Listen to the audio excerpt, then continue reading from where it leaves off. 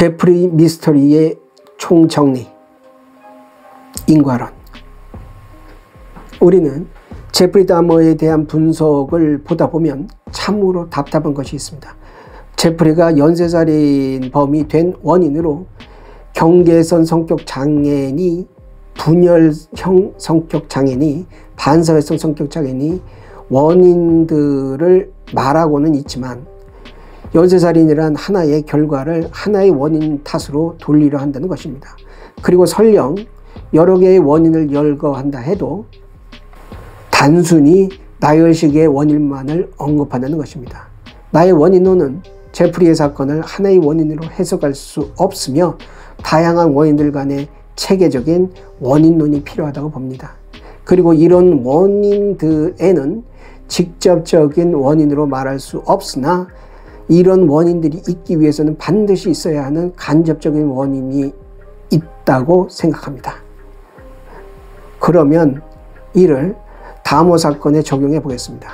우리는 다머의 상상을 초월하는 기괴한 연쇄살인 사건에 대한 분석에서 빼놓을 수 없는 의심은 그의 출생 시부터 문제가 있지 않았나 하는 것입니다.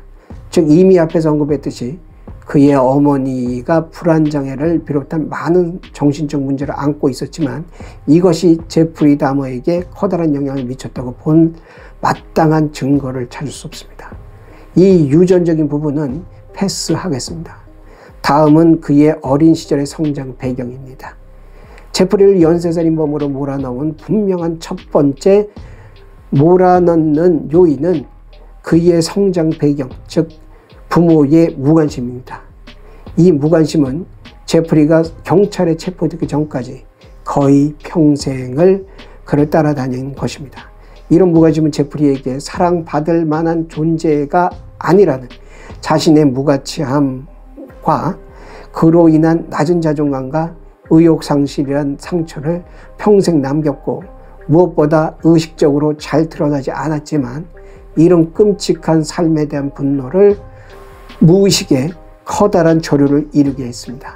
그러나 제프리와 유사한 부모의 무관심 속에서 자란 아이들이 모두 연쇄살인범이 되지 않는 데서 알 수 있듯 이 첫 번째 원인으로는 제프리의 연쇄살인의 모든 것을 설명하기에는 부족합니다. 이런 성장 배경은 부모의 갈등 해소로 해결되지 못하고 지속되면서 제프리를 연쇄살인범으로 몰아넣는 두 번째 몰아넣는 요인인 문제가 있는 성격, 즉 정신적, 심리적 상태를 낳았습니다. 그것이 회피성 성격 장애와 이미 개인적 관계끼리인 성격의 일부로 깊게 뿌리내린 분노나 낮은 자존감이나 무기력감 등의 감정입니다.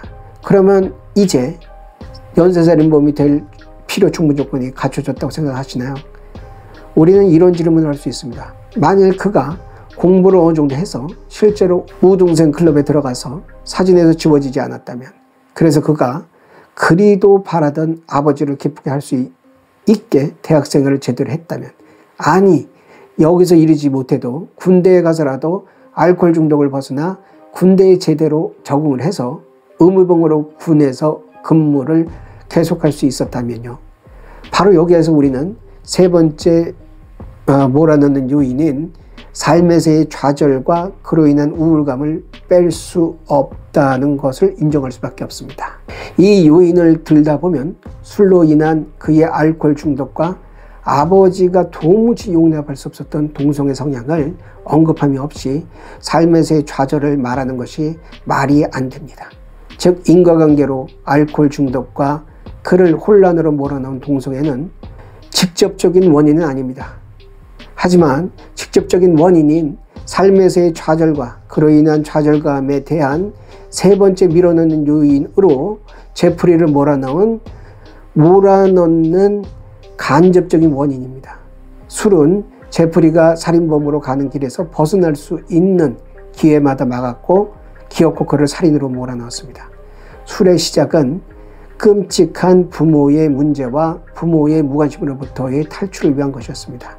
하지만 결과는 10대 시작한 술로 고등학교 때 학업에 집중하는 것을 막았고 대학을 몇 개월 만에 퇴학 처분케 했으며 군생활을 1년 정도 만에 강제 퇴역하게 하는 등 그의 일생의 모든 회복의 길을 막았습니다. 동성애는 당연히 살인의 직접적인 원인이 아닙니다. 하지만 10대 때 성존재성의 혼란과 좌절을 낳았고 이것이 삶에서의 좌절로 그를 몰아넣는 간접적인 요인이 된 것이 분명합니다. 그리고 이것 때문에 술에 더욱더 빠져들게 되었습니다. 그리고 동성애는 그의 살인의 희생자들을 젊은 남성으로 한정시키는 몰아넣는 요인이 될 수 있습니다. 사체에 대한 관심을 제프리가 살인에 대한 판타지로 실행으로 옮길 수 있는 문턱을 낮춘 요인입니다. 10대 때 무수히 했던 동물 사체 수거와 해부 그리고 사체 처리는 그에게 죽음에 대한 공포를 낮춰주었습니다. 일반인에게 끔찍한 존재로 인식되는 사체는 그에게 가장 친숙한 존재가 된 것입니다. 왜냐하면 동물의 사체와 그 내부 장기들이 사람의 시체와 그 내부 장기나 선입견만 제거한다면 뭐가 그리 크게 다르겠습니까? 인간도 다른 동물처럼 동물일 뿐입니다. 판타지에로의 과몰입은 네 번째 요인으로 제프리에게 연쇄살인으로 진입해 한 결정적인 역할을 한 문턱 요인입니다. 아무리 그 전에 모든 조건이 갖춰졌다 하더라도 네크로필리아적인 살인 판타지에 과몰입하지 않았다면 결코 그의 연쇄살인은 없었을 것입니다. 우리는 제프리에게 물어야 합니다. 그래, 너가 힘든 삶을 보낸 건 안다. 그런데 대체 뭐가 나빠서 또 뭐가 좋아서 너의 인생을 송두리째 망칠 수 있는 연쇄살인을 했니? 살인이란 발각되면 평생을 감옥에서 갇혀 살아야 합니다.